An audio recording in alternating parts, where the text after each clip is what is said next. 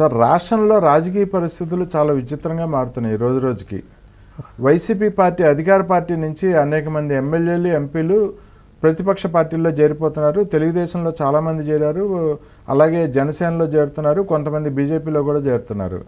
కానీ అసలు రాజీనామా అంటే బయటికి వెళ్తూ రాజీనామా కూడా చేయాల్సిన అవసరం లేని పరిస్థితుల్లో ఎమ్మెల్సీలు వంశీకృష్ణ యాదవ్ కానీ, రామచంద్రయ్య గారు కానీ, జంగా కృష్ణమూర్తి గారు కానీ, ఇక్బాల్ గారు కానీ వీళ్ళందరూ బయటకు వచ్చేస్తున్నారు పార్టీని వదిలిపెట్టి. వీళ్ళు కాక ఇంకా చాలామంది బయటకు వస్తున్నారని మనకి అనధికార వర్గాల ద్వారా సమాచారం ఉంది. అసలు ఏంటి దీనికి అన్నిటికీ కారణం ఏంటంటారు? ఈ కారణం ఏం లేదండి, దూరపు కొండలు నునుపుగా కనబడతాయి.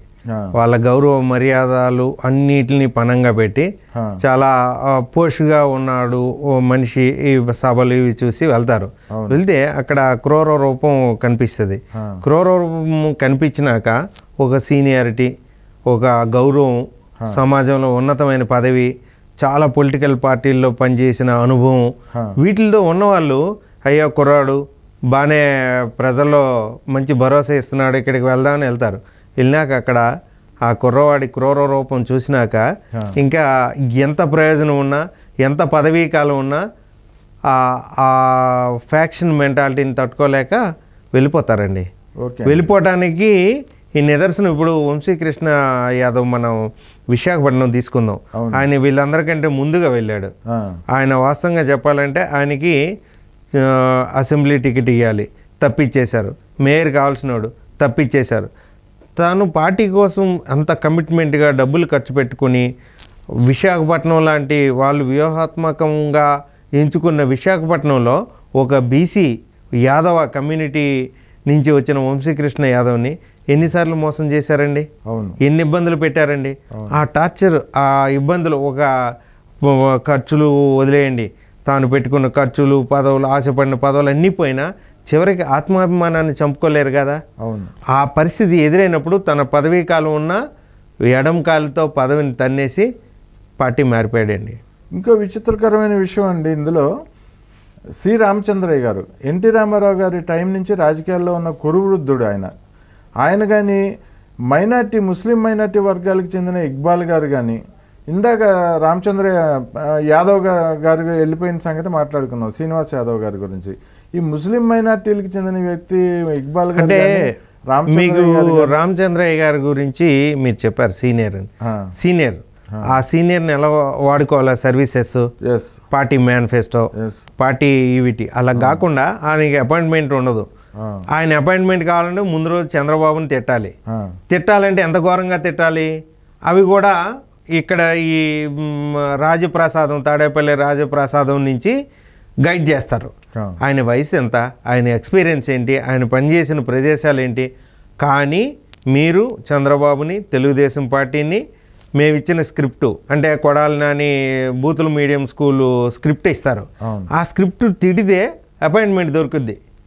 ఆ స్క్రిప్ట్లో ఆ బూతులతో తెలుగుదేశం పార్టీని చాలా అసహ్యకరంగా తిట్టగలిగితే దానికి ఎన్నిసార్లు తన సీనియారిటీని, తన గౌరవాన్ని తాకట్టు పెట్టుకుంటారు.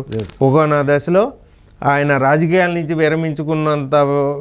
విరమించుకోవాలన్నంత విరక్తి పరిస్థితి వీళ్ళ ఈ బూతు రాజకీయాల పట్ల ఆయన ద్వేషంతో ఆయన బయటకు వచ్చేసాడండి. సరే, వీళ్ళకి మరో విషయం ఏంటంటే, వీళ్ళందరికీ పదవీ కాలం 3-4 సంవత్సరాలు, 2 సంవత్సరాలు, 3 సంవత్సరాలు, 4 సంవత్సరాలు కూడా ఉంది. అయినా కూడా వీళ్ళు బయటకు వచ్చేస్తున్నారంటే చాలా విచిత్రంగా ఉందండి. అంటే పదవి బాగుంది, ప్రయోజనాలు వస్తున్నాయి, పార్టీ అధికారంలో ఉంది, కానీ వీటన్నిటికంటే విలువైనది తమ చుట్టూ ఉన్న సమాజం. తాము ఏ గ్రౌండ్స్ నుంచి వచ్చారో ఆ సమాజం అక్కడ ఉంటే వెలివేసినట్టు చూస్తున్నారు. చెప్పకుండానే వెలివేసినట్టు చూస్తున్నారు.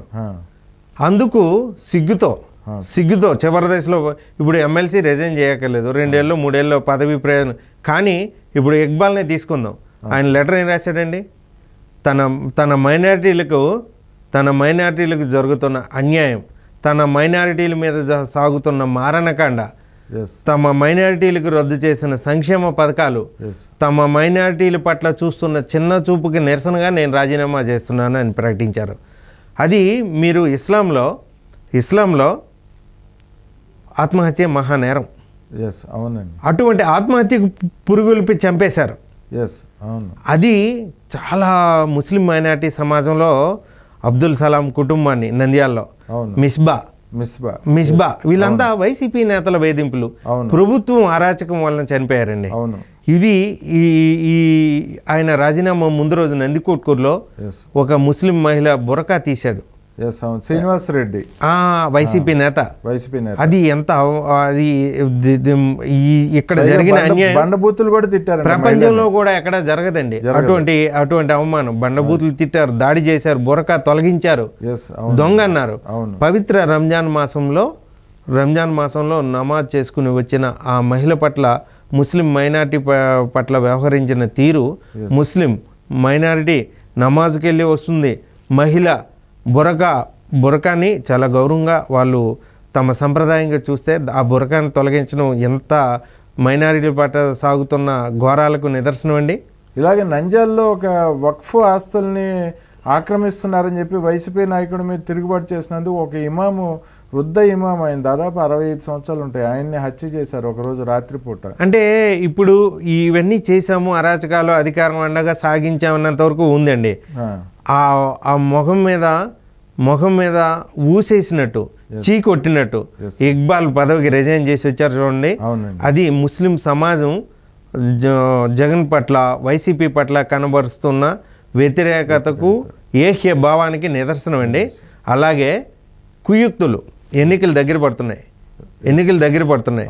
ఈ టైంలో సిఏఏకి మద్దతు ఇచ్చిన తొలి పార్టీ ఏదండి? వైసీపీయే కదా. పార్లమెంట్లో ఏకపక్షంగా ఏకగ్రీవంగా మద్దతు ఇస్తున్నామని బల్లలో చరిచింది ఎవరండి? విజయసాయిరెడ్డి, వైసీపీ ఎంపీలే కదా. ఇప్పుడు 2014 నుంచి 2019కి బీజేపీతో మిత్రపక్షం ఉంది కదా, 18 వరకు టీడీపీ. ఆ కాలంలో మైనారిటీలపై దాడులు జరిగాయా? లేదు. మైనారిటీల పథకాలు ఏమైనా రద్దయ్యా? ఎప్పుడు లేదు. అటువంటప్పుడు ఎంత సేఫ్గా ఉన్నారండి 5 ఏళ్ల పాటు? అవును. అటువంటి మైనారిటీలని, మీకు మేనమామని, మీ మైనారిటీలే నా మనుషులు, నా కుటుంబ సభ్యులని వచ్చిన జగన్ కేంద్రం ప్రవేశపెట్టిన ప్రతి బిల్లుకి బేషరతుగా మద్దతు ప్రకటించాడు కదండి. అటువంటి వైసీపీ ఈరోజు బీజేపీ, టీడీపీ, జనసేన కలయికపై ఎటువంటి విద్వేషం విరజిమ్ముతోంది? సిఏఏకి మద్దతు ఇచ్చారంటే మద్దతు ఇచ్చింది మీరు, బలాలు చరిచింది మీ సాయిరెడ్డి. ఈ పరిస్థితుల నుంచి, ఇటువంటి విషం చిమ్ము రాజకీయాల నుంచి ఇక్బాలే కాదు, ముస్లింలలో సామాన్య ఓటర్ నుంచి ఏ ఒక్కరు వైసీపీలో ఉండరు.